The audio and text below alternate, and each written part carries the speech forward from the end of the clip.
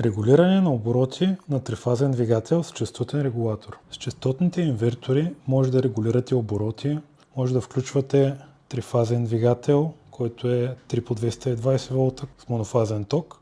Имате плавен старт на двигателя, може да смените посоката на въртене, да намалите консумацията на електрическа енергия, както и сметките за ток. Също така може да удължите живота на двигателя с вече намалените обороти.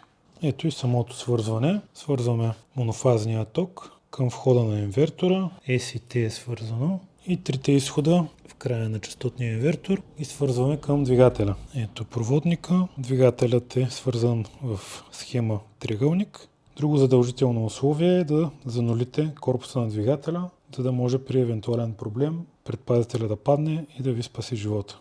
Ето и как се свързва. Пускаме го. Това е честотата. С намаляне на честотата намаляте оборотите на двигателя. С увеличаване на честотата съответно увеличавате оборотите на двигателя. Пуска се с бутона Run.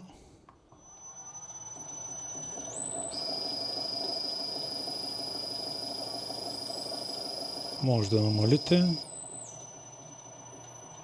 В момента почти едва се върти.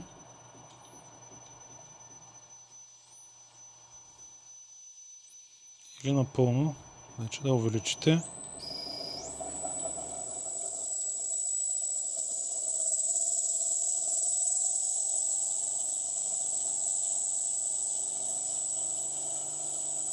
Херца.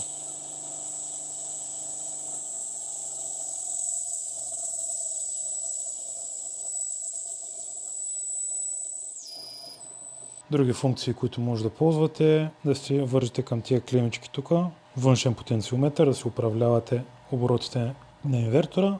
При покупка на честотен инвертор е желателно той да бъде поне 20% по-мощен от мощността на двигателя. Например, ако имате трифазен двигател, както е в случая киловат и половина, е желателно да вземете инвертор, който е поне киловат и 800, но най-близкият случай е 2,2 кВт.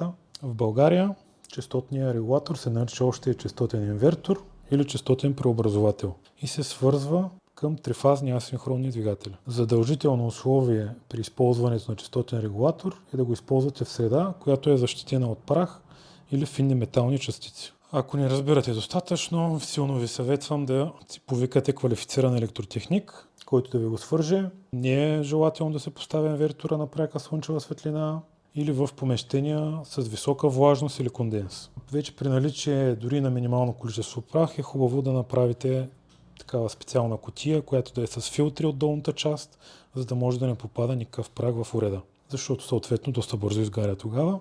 И е хубаво на всеки няколко месеца да отваряте кутията и да почиствате образувалия се прах, както и евентуално да направите така една инспекция на уреда, да видите да не да има ръжда по корпуса.